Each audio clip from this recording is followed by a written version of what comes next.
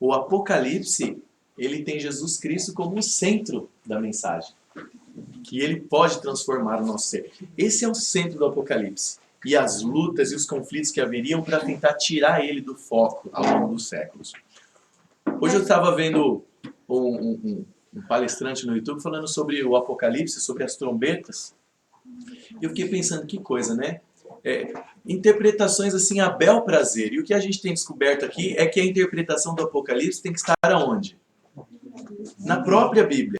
Quando João trouxe os símbolos que Deus deu para ele usou símbolos que estão na própria Bíblia, que era para os cristãos entenderem. Esse palestrante, ele falava de guerras, e ele interpretava, olha, esses gafanhotos aí e tal, que lançavam não sei o que lá, são os tanques de guerra especiais, deu a marca lá do tanque de guerra americano, né? Aí, isso daqui é um helicóptero Apache Tomahawk, não sei o que lá, anti-míssil. Ah, isso daqui é tal coisa. Isso daqui são os muçulmanos. A bel prazer. E Jesus não aparecia nessas interpretações. Por quê? Porque não é assim o Apocalipse. O Apocalipse ele tenta mostrar que Jesus é o Salvador, que o mundo está sob um efeito terrível do pecado, que ele é a solução e todo o grande conflito do bem contra o mal. Tudo que alguém tentar interpretar do Apocalipse a bel prazer, como eu digo, né, não vai descobrir o centro de tudo. A salvação, Jesus, o céu, por que a gente está aqui, por que a gente sofre, o que é a verdade, por que a verdade foi perseguida tanto. No livro do Apocalipse, se nós não tentarmos descobrir o significado original dado na própria palavra, nós não vamos chegar lá. É só curiosidade aí. E não é o que ele está dizendo, o autor. Quando ele escreveu para os primeiros cristãos, e a gente fala isso quase todas as aulas, isso tem que estar bem firme. Quando ele escreveu para os cristãos na época, ele usou códigos que eles sabiam o que era. Por exemplo, quando ele fala que da boca de Jesus saiu uma espada, os cristãos já sabiam, lá de Efésios 6,17, outras passagens, que espada é? A palavra de Deus. É a palavra. Mas quem não sabia falava assim, nossa, gente, o João tá louco, ele disse que viu Jesus com uma espada na boca. Deu para entender? Quando ele fala que viu uma mulher pura, perseguida, o cristão já sabia, né? Que mulher, na simbologia bíblica, a gente viu várias vezes, é a igreja ou o povo de Deus e tudo mais.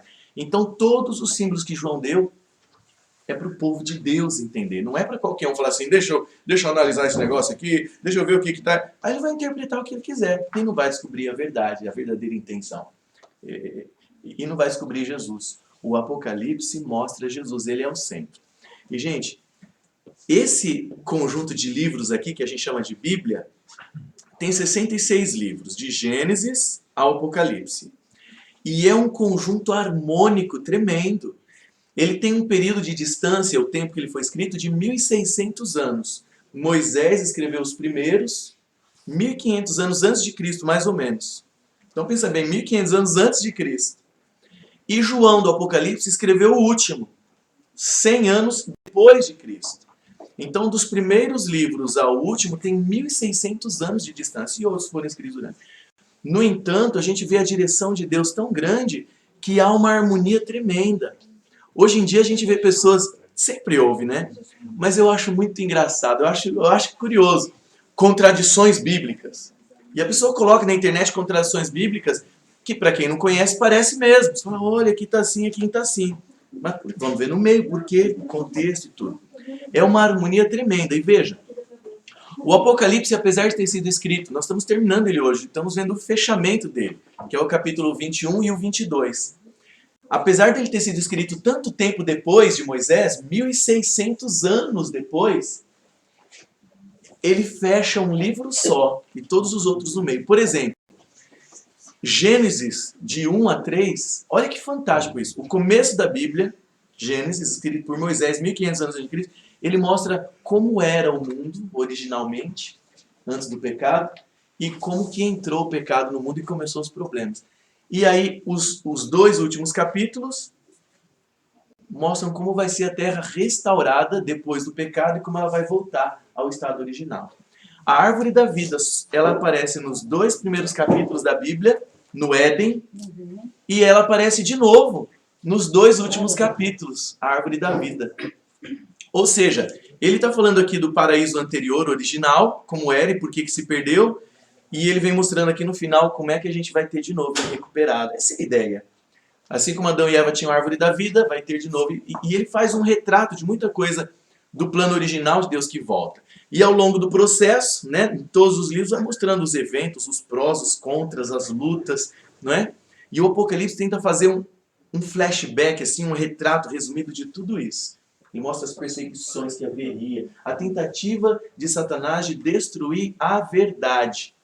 E a gente viu como que Roma, que aparece muito no Apocalipse, exerceu um papel fundamental nisso, de entortar e torcer a verdade no período da Idade Média, inventou um monte de coisa, né?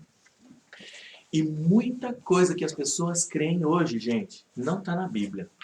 É porque mudaram. Quer ver um exemplo? Nós também temos isso. Nós também temos algumas coisas. Eu falei isso esses dias para alguns irmãos mais idosos, eles ficaram assim, uau, eu nunca pensei nisso. Por exemplo, quantos reis magos do Oriente foram visitar o bebê Jesus? 3. A gente fala que é 3, né? Porque a gente ouviu que é 3. Mas não está na Bíblia. Você vê? Fala que ele ganhou 3 presentes e que vieram esses homens sábios do Oriente. Aí a gente já pensa, foram 3 então. Não. Podia ser 5, 15, 10, mas ele ganhou 3 presentes, ouro, incenso e mirra. Mas você perguntar para todo mundo quantos reis vieram? 3. E na Bíblia não fala isso. 10 horas cada. Né? O apóstolo Paulo, quando ele viu Jesus e ele se converteu, ele caiu de um...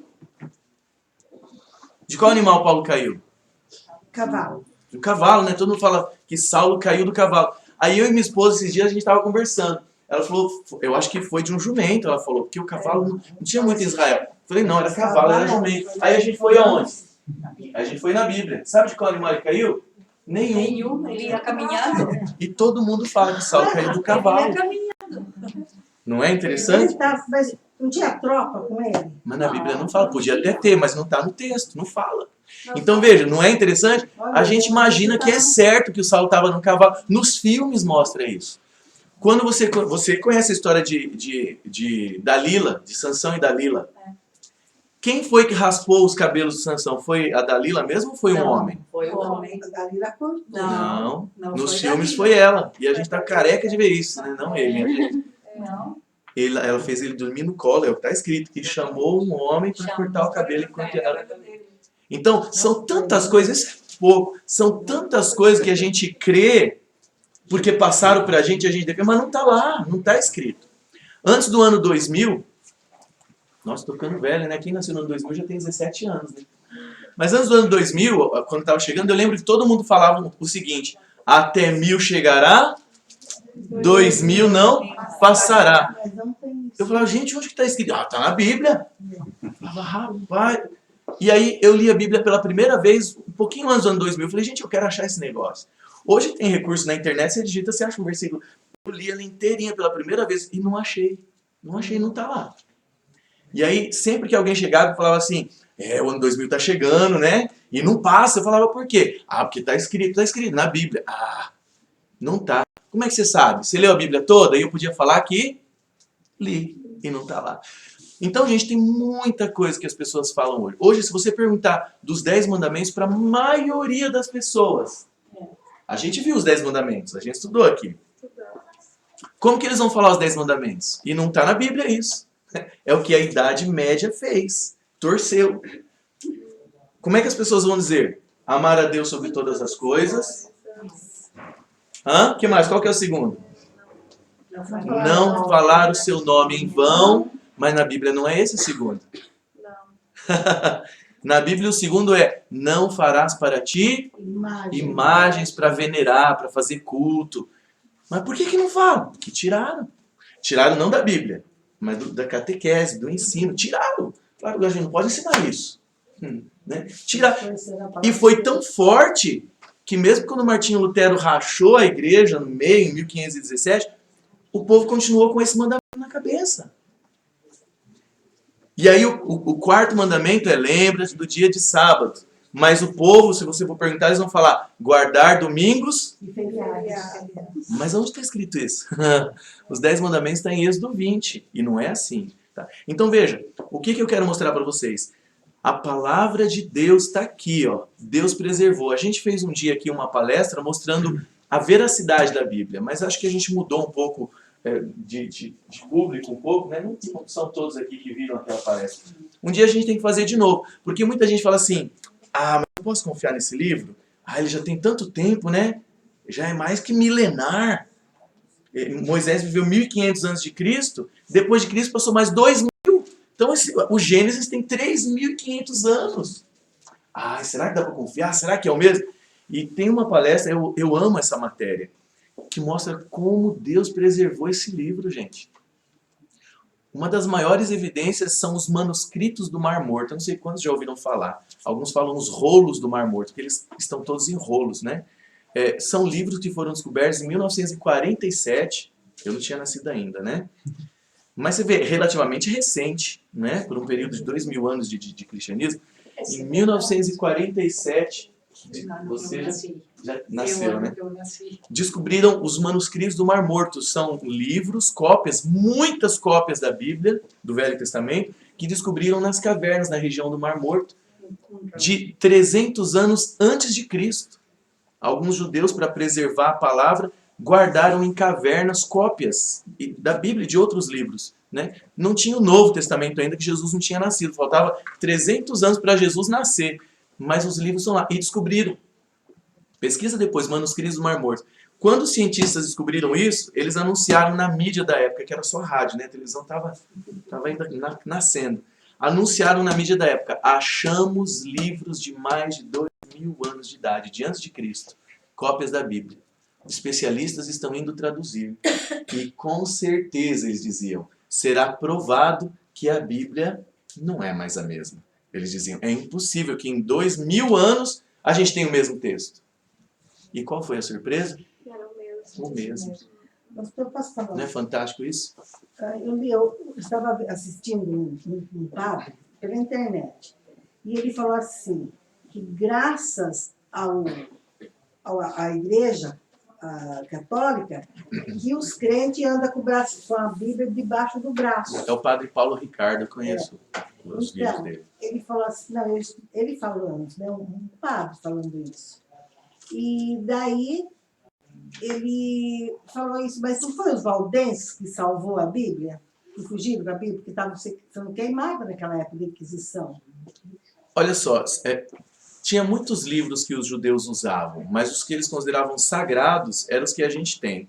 E aí depois de Cristo começou a aparecer o evangelho de não sei quem, evangelho de Tomé, evangelho de Judas. Todo mundo queria escrever alguma coisa. Mas o povo cristão sabia quem eram os apóstolos, quem tinha andado com Jesus, quem que era de confiança. Então a própria igreja tinha um cânon, né? uma régua, vamos dizer. Não, está aqui, ó, são os que estiveram. Então a igreja considerava já nos primeiros séculos. Falava, não, isso aqui não. E às vezes descobrem alguma coisa desenterrada por aí, o evangelho de não sei quem lá, né? Que não conta, a igreja nunca considerou.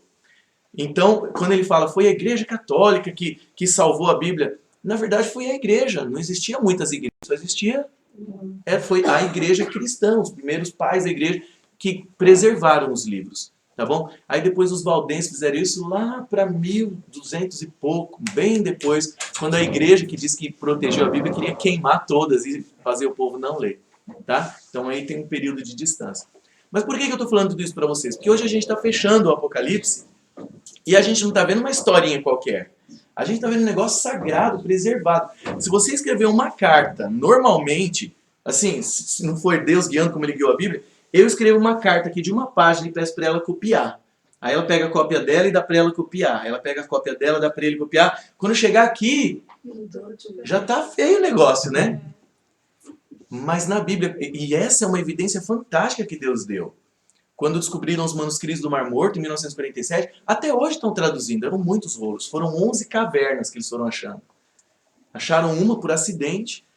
Diz que foi um menino que foi procurar uma cabra perdida lá. Eles andam com cabra, né, com bode lá. Aí diz que uma cabra entrou no buraco, que era a caverna. Imagina, estava enterrado lá, escondido 2.000 anos. Aí diz que ele ficou com medo de entrar no buraco e cair num poço, sei lá. Diz que o menino jogou uma pedra no buraco. Essa é a história de como acharam o primeiro. Não sei se o menino vive ainda, esse cuidador de ovelhas. Aí diz que ele jogou uma pedra... Não é mais menino. Não é mais menino. Até nisso Deus providenciou, né? Porque ele era menino para poder durar bastante até hoje. Ele é testemunho. Aí ele jogou a pedra e ouviu um barulho de vaso quebrando. Ele pensou que a pedra podia cair num poço, numa água, sei lá, né? Ou podia acertar a cabra. Aí diz que quebrou um jarro, porque os rolos estavam tudo guardados em jarros. Imagina, gente, há mais de 2000 anos. De 150 a 300 anos antes de Cristo. E aí diz que ele ficou curioso, abriu mais a brecha lá e tal, viu uma caverna cheia de coisa. Aí chamou os especialistas tudo e eles descobriram que era tudo isso daí. E aí foram procurando e acharam 11 cavernas, cópias do Velho Testamento. Por que só tinha cópia do Velho Testamento aqui antes de Cristo? Porque Um foi, dia ele foi guardado Foi antes de Cristo, né? E, gente, ao traduzirem até hoje, porque alguns se detonaram, se desmancharam, são pedacinhos. Até hoje tem especialistas montando algumas páginas, alguns livros, e é o mesmo texto. Isso, para mim, é uma evidência, é um milagre. Porque já pensou se fosse diferente? A gente ia ter a Bíblia e falar, vixe, não é a mesma coisa não. Então isso aqui não é a palavra de Deus. E sabe que Não temos mais a palavra de Deus, já pensou? conta que quando a criança viu esses jarros, ele pensou logo em vender. E diz que chegaram a vender alguns mesmo. Não, e Virou primeiro, embrulho. quando viu, ele não se queria, vamos supor, imaginar, tá? Que fossem $50. Quando o cara disse, não, eu te dou 500, o outro disse, não, eu te dou 10.000. Aí a Aí ele criança viu que disse, valia. então isso É. vale muito mais. Diz que foi muito Então aí difícil. chamou. E diz que eles chegaram a vender alguns baratinhos, como chegou a usar como embrulho de jornal, de coisa assim, um negócio de 2000 anos. Então, quando o Apocalipse fecha, ele está fechando um livro, gente. Um livro que Deus mandou para a gente para preservar a verdade. E é isso que o Apocalipse tenta mostrar desde o começo. Desde o começo, quando mostra Jesus com a espada saindo da boca, aí já vem lá a espada em Efésios, é a palavra de Deus, né? E todos os símbolos da igreja sendo perseguida, e o dragão tentando acabar com a mulher, que é a igreja. E aí depois aparece uma igreja corrupta, no capítulo 17, a igreja corrompida, que diz que contamina o povo todo da terra. Aí Deus fala, mas o meu povo, vou preservar eles, eles guardam os mandamentos de Deus, eles têm a fé em Jesus e tal.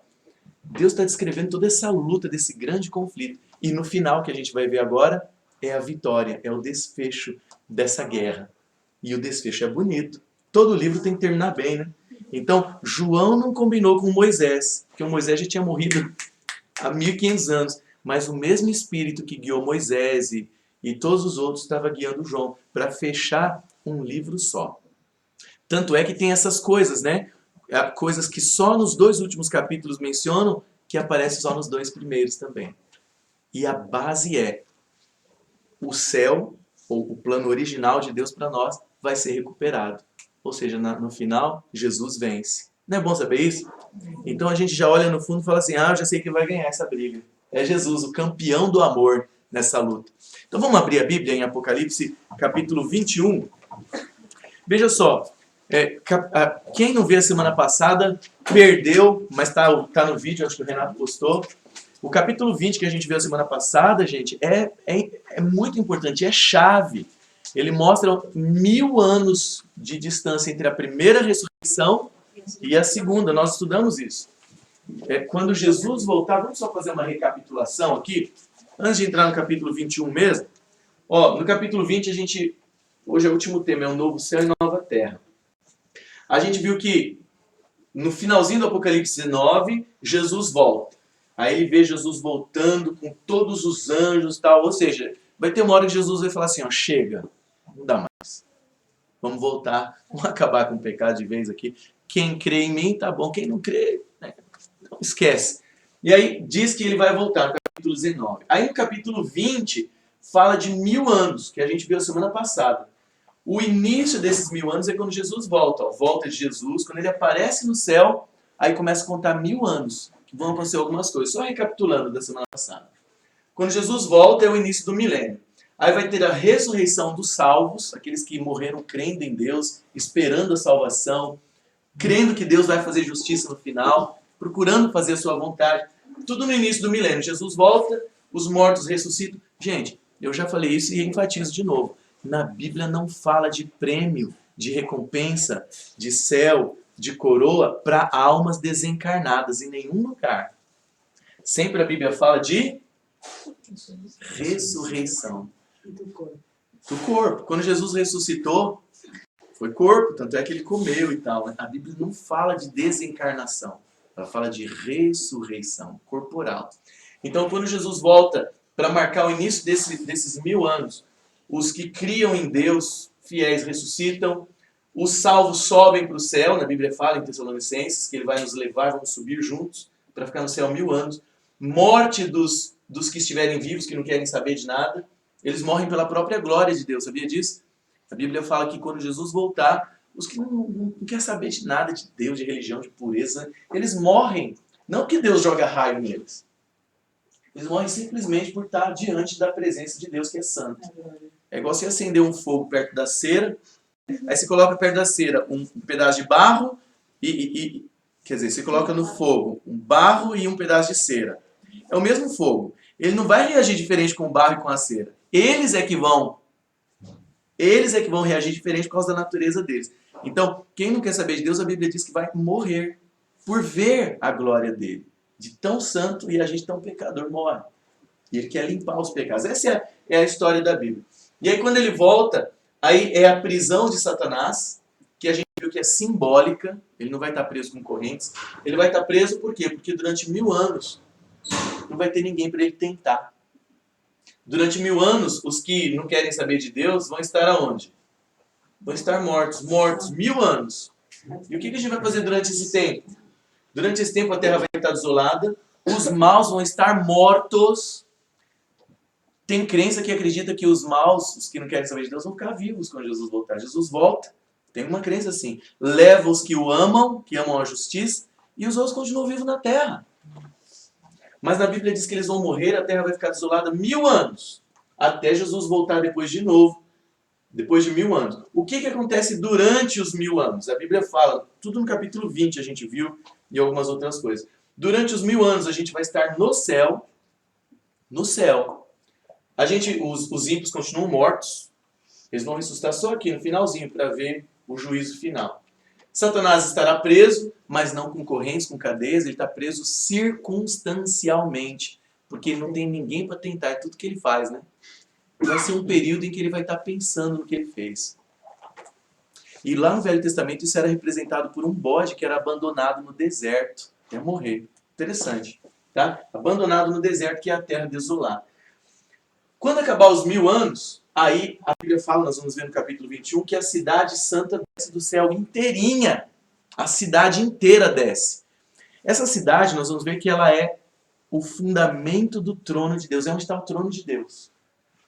Para Deus representar o seu reino, porque Deus não precisa de um trono. Mas para ele representar para o universo onde ele está, que ele é o centro de tudo, a Bíblia diz que o seu trono fica no centro dessa cidade. Ou seja, essa cidade é o céu. Porque onde é o céu? É onde Deus está, não é? O céu é onde Deus está. Então a Bíblia fala que a cidade, depois dos 1000 anos, desce inteirinha do céu. Inteirinha. E ela pousa na terra. É a Nova Jerusalém. E Deus reforma a terra toda depois. Só que aí os ímpios vão ressuscitar para ver o juízo final. E aí eles morrem. Aí a Bíblia diz que morre definitivamente. Na Bíblia, a Bíblia fala que o salário do pecado é a morte, não a vida eterna queimando.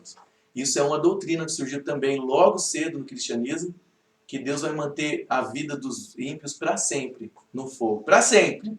Para sempre. Imagina. 5 anos, 10, 15, 50, 1000, 2000, milhões, por causa de uma vida de 50, 70, 100 anos no máximo, quem chega a 100, aí vai queimar para sempre, eternamente. Esse não é o ensino bíblico, tá bom? A Bíblia diz que os ímpios queimarão, mas vão morrer, vão virar cinza. Não vai mais existir o mal. Se Deus ficasse perpetuando a vida, tormentando, imagina Deus fazer isso. Deus mesmo estaria perpetuando o pecado. E os salvos ficariam tristes. E os salvos queriam ver o povo queimando lá, torrando para sempre.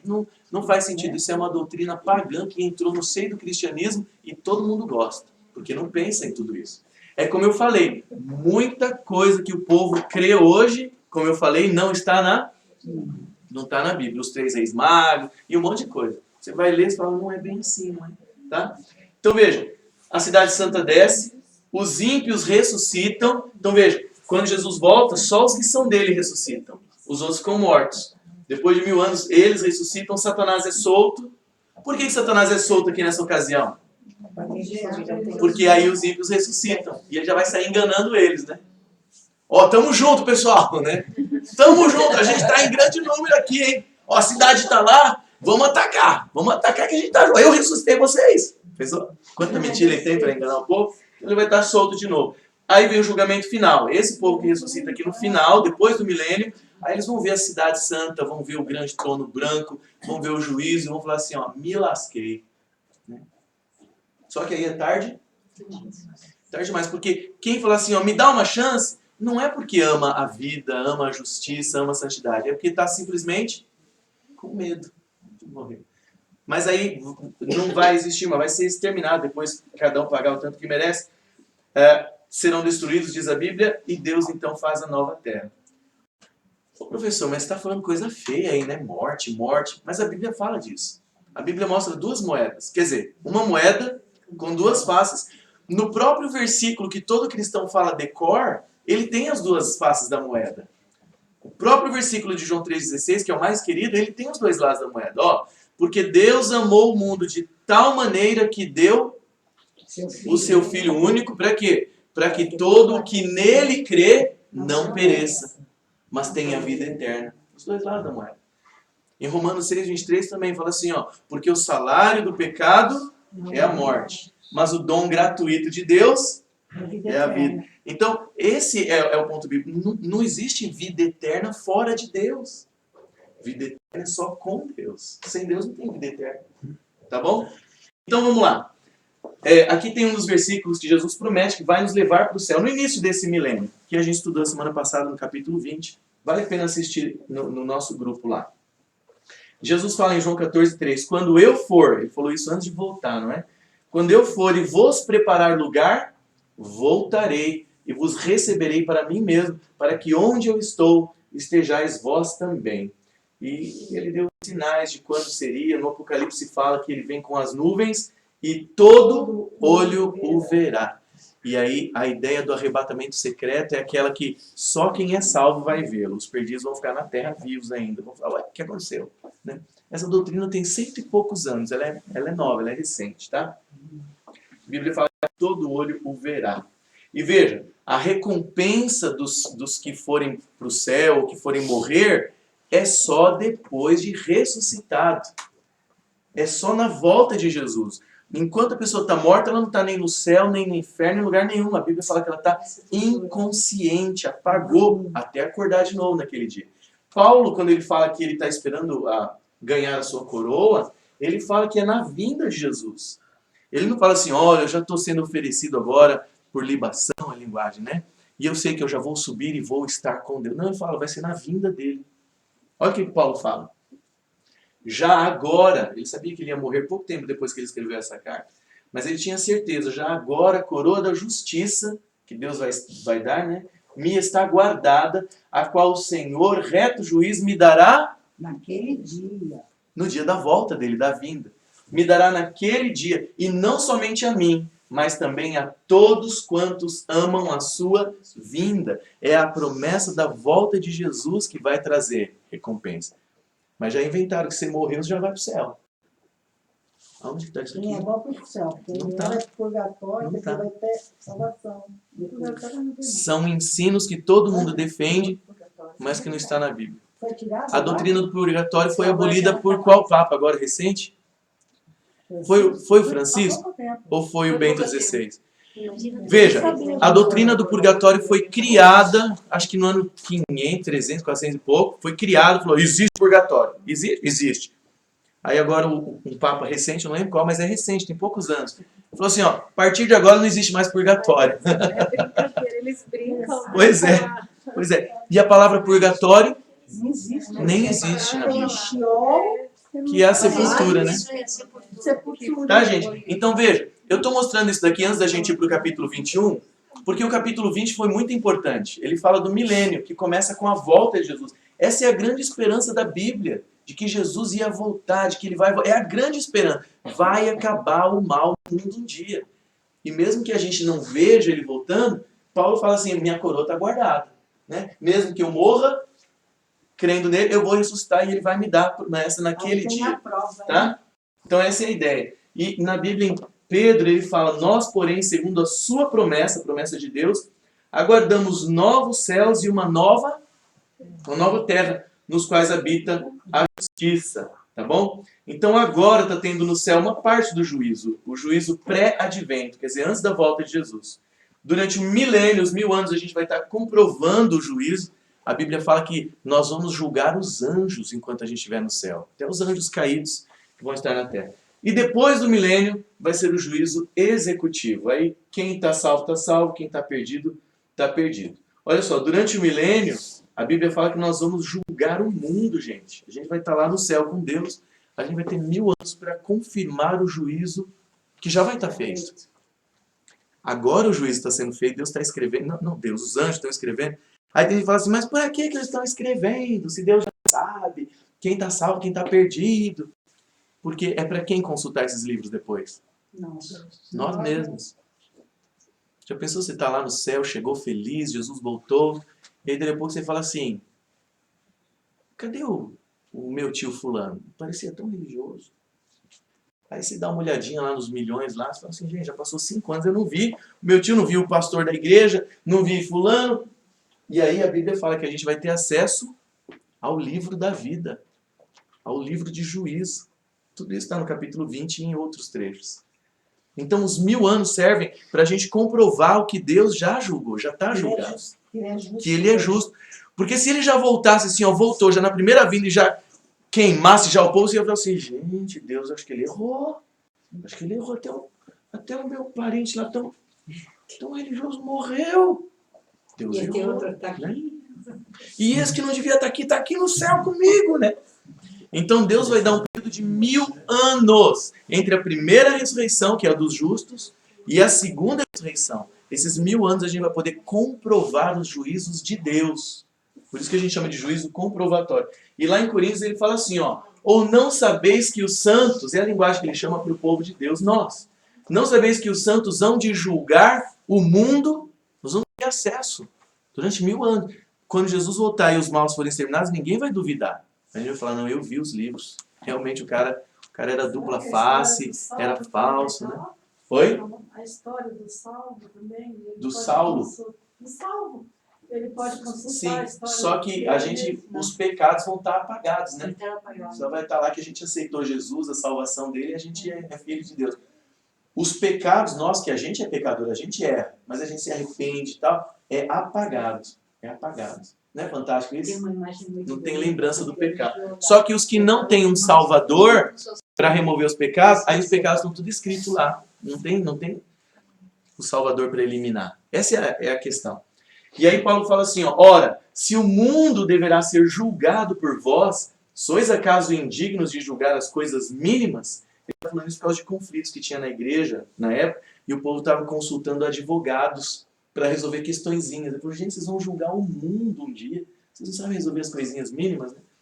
Não sabeis que havemos de julgar os próprios anjos, quanto mais as coisas desta vida. Então, nesse período de 1000 anos, a gente vai ter acesso até ao juízo dos anjos, os caídos, né? Claro, que vão estar na terra também, sem ter nada para fazer. E aí entra o Apocalipse 21. Tudo isso aqui foi para a gente pegar o fio da meada. Aí depois do milênio, aí Jesus volta. Olha o capítulo 20 ainda, só para fechar aqui. Capítulo 20, só para a gente fechar, pegar o fio da meada. Verso 11. Vi um grande trono branco e aquele que nele se assenta, de cuja presença fugiram a terra e o céu, e não se achou lugar para eles. Apocalipse 20, 12. Vi também os mortos, no caso aqui ressuscitados, ó, grandes e os pequenos, postos em pé diante do trono. E então se abriram livros, e ainda outro livro, o livro da vida foi aberto. E os mortos foram julgados segundo as suas obras, conforme o que se achava escrito nos livros. Nesse caso aqui eu errei, não está falando deles ressuscitados, está falando dos mortos mesmo. Ele coloca figuradamente em pé diante do trono, mas a gente vai estar julgando eles de acordo com o que tem no livro. Verso 13. Deu o mar os mortos, aí vem a ressurreição, que nele estavam. A morte e o além, que é a sepultura, o túmulo, entregaram os mortos que neles havia. Essa é a ressurreição. E foram julgados um por um segundo as suas obras. Então a morte e o inferno foram lançados para dentro do lago de fogo. Esta é a segunda morte, o lago de fogo. E se alguém não foi achado inscrito no livro da vida, esse foi lançado para dentro do lago de fogo. E aí ele faz um retrocesso agora e ele mostra a cidade santa descendo, que é pouco antes dos ímpios ressuscitarem. Vi novo céu e nova terra, pois o primeiro céu e a primeira terra passaram e o mar já não existe. Aqui é quando Deus reformar. Agora ele faz o retrocesso no verso 2. E vi também a cidade santa, a nova Jerusalém, porque a velha é só guerra lá, né? A velha Jerusalém, o negócio é feio lá, né? Então ele viu a nova Jerusalém que descia do céu, da parte de Deus, ataviada, quer dizer, enfeitada como uma noiva, adornada para o seu esposo. E então ouvi grande voz vinda do trono, dizendo: eis o tabernáculo de Deus com os homens. Deus habitará com quem? Pensa nisso. Deus vai morar com a gente. Deus habitará com eles. Eles serão povos de Deus. E Deus mesmo estará com eles, como era para ser antes. E aí entrou o pecado no mundo e estragou tudo, nos afastou de Deus. Né? Então o Apocalipse está recuperando isso no finalzinho, mostrando que vai voltar a ser como era antes. Mas eu acho que melhor do que Melhor ainda. Porque antes ele visitava o pôr do sol, Adão e Eva. E agora ele vai morar Agora ele na mora. terra. O trono de Deus, quando vem na cidade, ele é transferido de algum lugar aí no universo e ele é transferido para a terra, para Deus mostrar assim, ó, eles pecaram, os humanos, mas o meu perdão é tão grande que eu posso morar junto com eles. O céu vai ser aqui, então. Não é fantástico pensar nisso? Vai terminar. Aí nós vamos descrever. Olha só, lá no versículo 4 diz assim, ó, e Deus, né, lhes enxugará dos olhos toda lágrima, e a morte já não existirá, já não haverá luto, nem pranto, nem dor, porque as primeiras coisas passaram. E aquele que está assentado no trono, que é Deus, diz: eis que faço novas todas as coisas. E acrescentou, disse para João: escreve, porque essas palavras são fiéis e verdadeiras. E disse-me ainda, João falando: tudo está feito. Gente, Jesus não falou que ia para o céu preparar novas moradas para nós? Sim. Quando Jesus falou assim, ó, quando eu for e vos preparar lugar, voltarei. Às vezes a gente ouve algum pregador falando assim, Jesus está preparando as moradas. João teve essa visão no ano 100, já estava pronto. Falou, João, já está tudo feito, a festa está preparada já. Jesus falou que ia subir e preparar lugar no ano 30 e pouquinho. João, no ano 100, quando ele escreveu, falou assim, que Jesus falou, ó, já está tudo feito. Por que ele não voltou ainda, então? Graças a Deus, senão a gente não ia existir, não é? Pensou, Paulo, se Jesus não voltasse, a gente não ia chegar, não ia ter nossa vez. Então ele olhou para frente e falou assim, vamos esperar um pouquinho. Eu quero que exista mais gente, quero que exista a Alicia, quero que exista Natal, quero que exista o Éver, né? Leva meu Eu fico pai. pensando se na época do Noé só ele e mais 5 pessoas se salvaram, imagina. Mas Jesus muitos não não sabe, acreditam. 5, É, 6, Jesus vai falou, acumulando. Então, Jesus garantiu para João, falou, João, já está pronta a festa, está pronto. E a Tá? santificação. E olha só, verso 6, 21:6, disse-me ainda, tudo está feito, eu sou o alfa e o ômega. Para quem não sabe, é a primeira e a última letra do alfabeto grego. Né? É como se ele dissesse em português, eu sou o A e o Z. Tá? Então, eu sou o alfa e o ômega, o princípio e o fim. Eu, a quem tem sede dele, né? Darei de graça da fonte da água da vida. O vencedor herdará estas coisas, e eu lhe serei Deus, e ele ou ela me será filho ou filha. Olha que bonito isso. Verso 8. Quanto, porém, aos covardes, tem tradução que fala tímidos, é a tradução da palavra. Delia é a palavra. Quanto, porém, aos covardes, aos incrédulos, o que é incrédulo? Que não quer crer. Aos abomináveis, aos assassinos, aos impuros, aos feiticeiros. Por que feiticeiro? Porque o feiticeiro mexe com o quê? Na pomba. Aí entra a mediunidade, essas coisas, é muito negativo para Deus essas coisas. Os feiticeiros, aos idólatras e todos os mentirosos.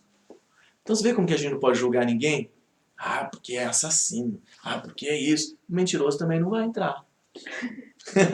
Não vai entrar. Tá? As igrejas evangélicas hoje têm uma tendência muito grande de desprezar o homossexual como se ele cometesse o pecado maior de todos. Mas na Bíblia, no mesmo trecho que fala que o termo que usa o tradutor é efeminado, né? É o que tem relação, não é o que tem jeito só, efeminado. É o que pratica a relação. Para Deus é abominável isso. Ele pode ter a tendência, mas ele não deve praticar. É igual ao alcoólatra, ele tem o desejo de beber, mas isso não quer dizer que ele tem que beber. Ele vai ter muito mais vontade que os outros, mas ele não vai beber. Só que o pessoal critica eles, mas nos mesmos textos que fala que eles não podem entrar no céu assim, sempre aparece a fofoqueira, o mentiroso. E tal. Quer dizer, a gente tem que pedir para Deus nos purificar tudo que está errado, tá bom? O heterossexual que fica pulando a cerca também não vai entrar, né? O adúltero diz. Então, quando fala aqui que não vai entrar assassino, feiticeiro, está aqui também. E os mentirosos. A não ser que Deus perdoe, purifique sua boca. Sim, Né? não dá, né? A parte que lhes cabe será no lago que arde com fogo e enxofre, e a saber, a segunda. Então veja, no próprio texto não fala, eles vão para o lago de fogo e enxofre e a segunda vida eterna. Né? Tem a vida eterna dos que vão para o céu e a vida eterna dos que vão ficar... Não, a Bíblia não fala isso. A parte que lhes cabe será do lago com fogo e enxofre, a saber, a segunda morte. Por que a segunda morte? Porque eles já vão ter morrido, vão ter ressuscitado depois de 1000 anos e vão morrer de novo e acabou. E no capítulo 20 fala que quem ressuscitar na primeira ressurreição não vai mais morrer. Que essa é a boa, né? É a ressurreição boa. Não tem a segunda morte. Aí não morre mais. Tem a morte eterna. A Bíblia fala da morte eterna. A morte eterna é quando morre e não tem mais Não volta. tem mais volta. Morreu, acabou. Já foi julgado. Entendeu? Tem gente que nem vai ressuscitar. Mas eu acho que é aí onde Ali é a diferença, que é aí onde eu me confundi. Mas por quê? Porque a nossa mente é espírita. Morrendo pra sempre. A nossa mente, por causa da influência de Roma, a nossa mente é espírita. Nós não conseguimos conceber que a gente morre e apaga. Você já sonhou que morreu? Eu, mesmo sabendo dessas coisas, quando eu sonho que morri, faz anos que não acontece isso, é mais com adolescente. Eu sonhava que eu falava assim, gente, eu morri, todo mundo em volta, me olhando, coitadinho, eu, gente, mas eu tô aqui! Tal, né? A gente não consegue imaginar que você vai apagar, assim, puf, apagou. Dormiu. A gente quer se manter vivo durante a morte. Então, mesmo quando você lê a morte eterna, que não tem ressurreição dessa, a gente quer imaginar uma vida durante a morte, uma vida eterna durante... Não faz sentido. A nossa mente é muito influenciada por esse Se a pensamento. morte é um sono, pensa que você está É sem um consciência. sono sem sonho. Tá? Aí no verso 9, veio um dos 7 anjos que tem as 7 taças cheias dos últimos 7 flagelos, né? Na mesma cena que ele tinha visto, o mesmo anjo nessa visão, e falou comigo, vem, mostrar-te-ei a noiva, a esposa do Cordeiro, que é a cidade também. E me transportou em espírito até uma grande e elevada montanha, e me mostrou a santa cidade, a Jerusalém que descia do céu, da parte de Deus. Ele fala 2 vezes dela descendo do céu. A qual tem a glória de Deus. Olha a descrição dessa cidade, gente. O seu fulgor, o seu brilho, era semelhante a uma pedra preciosíssima, como pedra de jaspe cristalina. Tinha grande e alta muralha, 12 portas, e junto às portas 12 anjos. E sobre elas nomes, sobre as portas, nomes inscritos, que são os nomes das 12 tribos dos filhos de Israel. Aí ele fala, 3 portas estavam a leste, 3 ao norte, 3 ao sul. A muralha da cidade tinha 12 fundamentos, e estavam sobre estes os 12 nomes dos 12 apóstolos do Cordeiro. Aquele que falava comigo, o anjo, tinha por medida uma vara de ouro para medir a cidade, as suas portas e a sua muralha. Lembrem-se que é uma visão, tem um monte de símbolo aqui, né? Tem um monte de símbolo também. Os nomes dos 12 apóstolos do Cordeiro. Uhum. Mas vai estar o nome dos 12?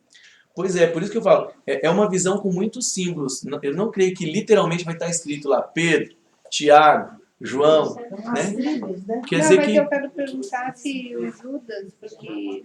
o Judas foi substituído depois. O Judas, logo que ele morreu, lá em Atos fala que eles já fizeram um jeito de colocar alguém no lugar dele. Além Ele disso, não contava. isso não tem que ver com essa pedrinha que vão nos dar. Também. Que Novo nossos nomes vão ser totalmente mudados. E vão nos dar um nome que somente gente, cada um de nós vai conhecer o nome. Isso aparece também. Não pode colocar Pedro, porque senão não se Agora tem umas coisas interessantes, ó. Verso 16. A cidade é quadrangular. Talvez é uma referência ao santuário, que ele tinha partes quadradas, o lugar santíssimo era quadrado, para mostrar que a cidade é santíssima. Alguns acreditam que é uma referência.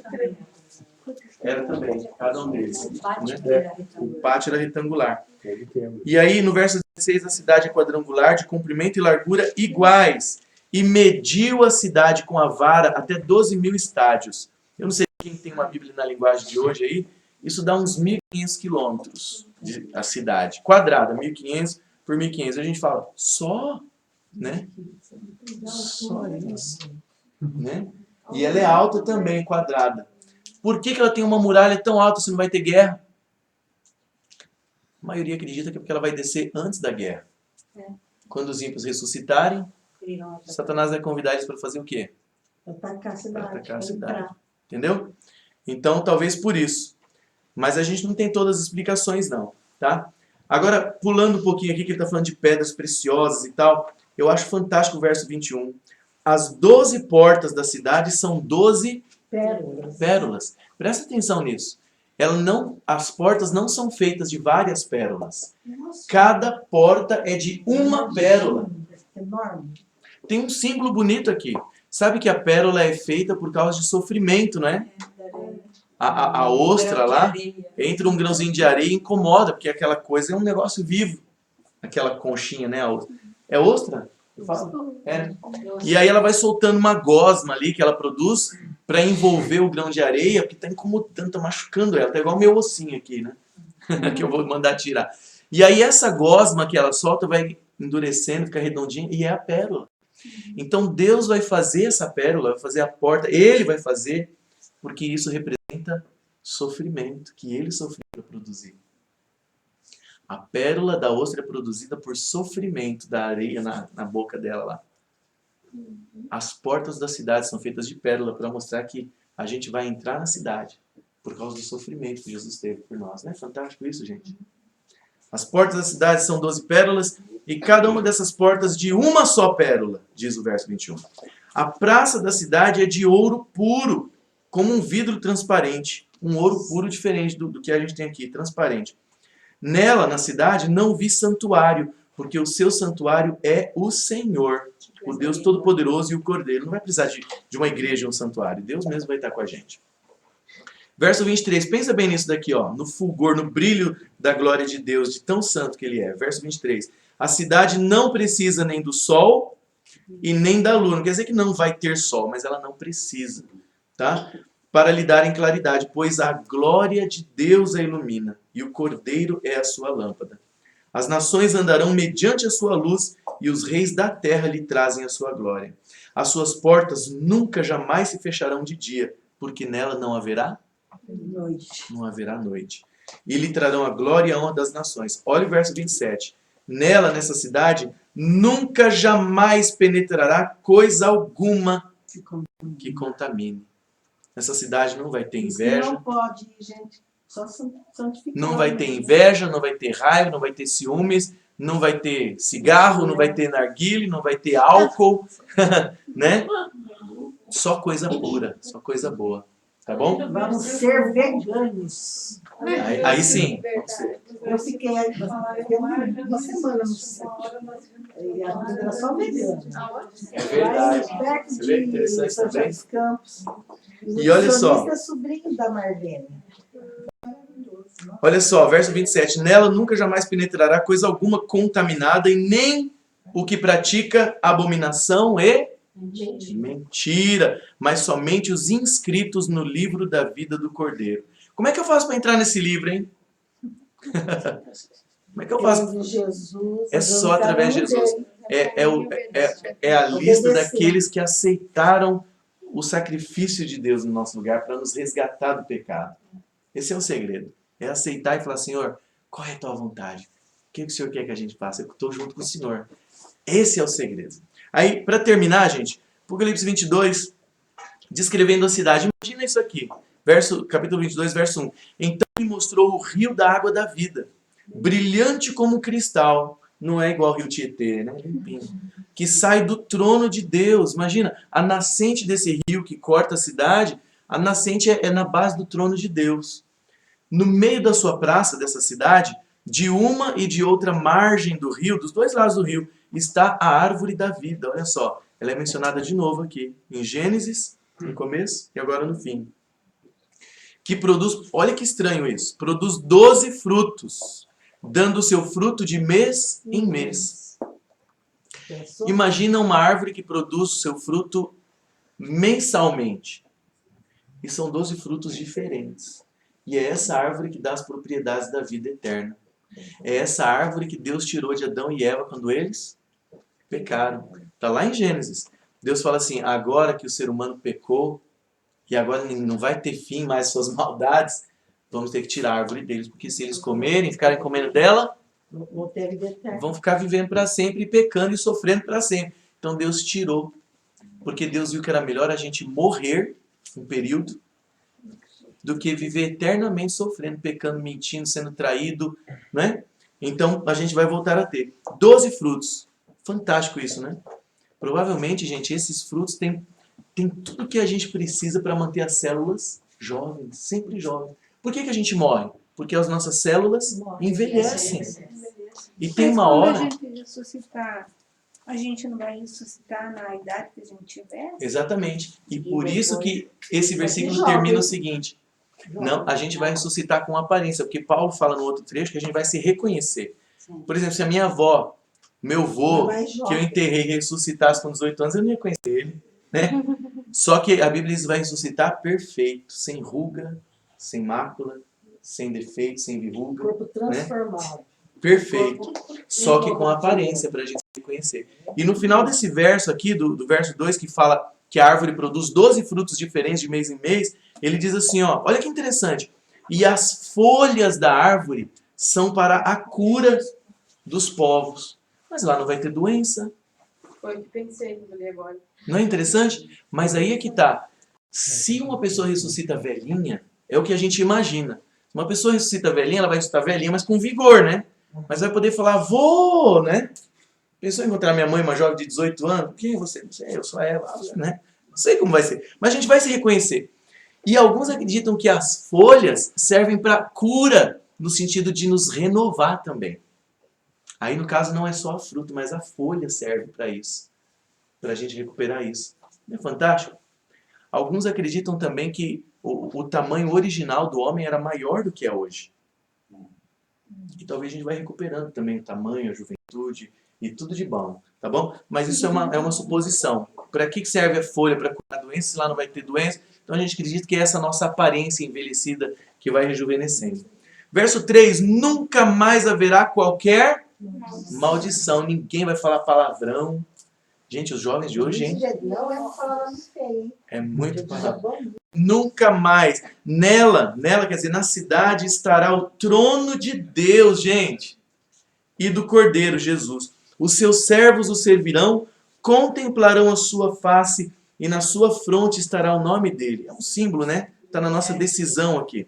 Então já não haverá noite, nem precisam eles de luz de candeia, nem de luz do sol, porque o Senhor Deus brilhará sobre eles e reinarão pelos séculos dos séculos, né? Eu queria terminar, gente, vamos ir para o finalzinho. Falta só um trechinho, verso 6. Disse-me ainda, olha só como é que ele fecha para dar certeza do livro. Estas palavras são fiéis e verdadeiras. O Senhor, o Deus dos espíritos dos profetas, enviou seu anjo para mostrar a quem? Aos seus servos as coisas que em breve devem acontecer. Como eu falei, eu vi um cara interpretando, falando de coisas loucas, mas ele não é servo de Deus, não conhece o resto, nem está preocupado com salvação, com a verdade, quer ficar imaginando só, não faz diferença nenhuma. É para os seus servos.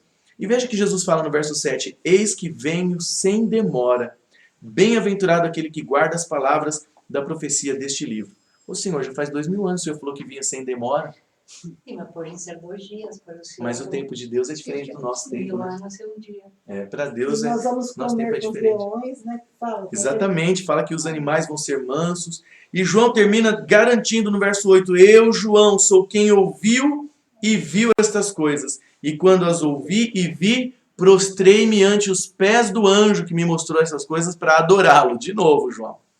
2 vezes ele quis adorar o anjo. Então ele me disse, o anjo, vê, não faças isso. Eu sou conservo teu, dos teus irmãos, os profetas e dos que guardam as palavras deste livro. Adore. Gente, se um anjo não aceitou a adoração, você acha que Pedro, Paulo, João ia aceitar também? Eles iam falar, filho, levanta, não faz isso não. Se o anjo não aceita, o humano vai aceitar, tá bom? E verso 10, disse-me ainda, não seles, não feche, não encerre as palavras da profecia deste livro, porque o tempo está próximo. Continue o injusto fazendo injustiça, né? Escolha seu caminho, continue o imundo ainda sendo imundo, o justo continue na prática da justiça e o santo continue a santificar-se. Ele fala de novo, eis que venho sem demora, e comigo está o galardão que tenho para retribuir a cada um, segundo as suas obras. E ele repete, eu sou o alfa e o ômega, o primeiro e o último, o princípio e o fim. Bem-aventurados aqueles que lavam as suas vestiduras no sangue do Cordeiro, para que lhes assista o direito à árvore da vida. Só se for lavado, gente, pelo sangue de Jesus. Não é E entrem na batismo, cidade. isso é isso, lavagem? Não só o batismo, mas é ser lavado dos pecados, entregando a vida a Ele, né? Tendo Ele com a gente. E no verso 15, fora da cidade ficam os cães. Isso pode querer dizer 1 milhão de coisas, mas não está falando de cachorro de verdade. Tá bom? As pessoas que... O cão no Oriente Médio é também. ruim, sim. O cão, na mente do Oriente Médio, até hoje, é um bicho podre, né? Se você chamar um muçulmano, uma pessoa do Oriente Médio, de cão, de cachorro, ele pode te matar, né? Então, cão é uma coisa negativa para o Oriente Médio. Então, pode querer dizer tudo. Fora ficam os cães, os feiticeiros, os impuros, né? Tem tradução que fala adúlteros, os assassinos, os idólatras e todo aquele que ama e pratica a mentira. Eu, Jesus, enviei o meu anjo para vos testificar estas coisas às igrejas. Eu sou a raiz e a geração de Davi, a brilhante estrela da manhã. O Espírito e a noiva, quem que é a noiva? É a igreja. E o Espírito Santo e a igreja dizem, vem, convidando o povo. E aquele que ouve, diga, vem. E aquele que tem sede, venha. E quem quiser, receba de graça da água da vida. Eu, a todo aquele que ouve as palavras da profecia deste livro, testifico. Olha só, uma maldição aqui para quem mexesse no texto, hein? Se alguém lhes fizer qualquer acréscimo nesse texto, Deus lhe acrescentará os flagelos escritos neste livro. Quem será que arriscou fazer isso? Né? E todo livro que se encontra aí por aí nas escavações, que sempre é o mesmo texto, gente. É um milagre isso, tá bom? Todo mundo se preocupou com isso. 19. E se alguém tirar qualquer coisa das palavras do livro dessa profecia, Deus tirará a sua parte da árvore da vida, da cidade santa e das coisas que se acham escritas neste livro. Aquele que dá testemunho destas coisas diz... Você vê de novo, certamente venho sem demora. E aí João escreveu, amém, vem Senhor Jesus. E aí ele termina abençoando você e eu. A graça do Senhor Jesus seja com todos. Portanto, gente, o Apocalipse é a história da vitória de Jesus. É por que ele morreu, por que existe o conflito, por que a gente está aqui, mas quem é que vai vencer no final? Jesus é o campeão dessa luta que a gente está travando agora. E a gente já sabe que ele vai ganhar.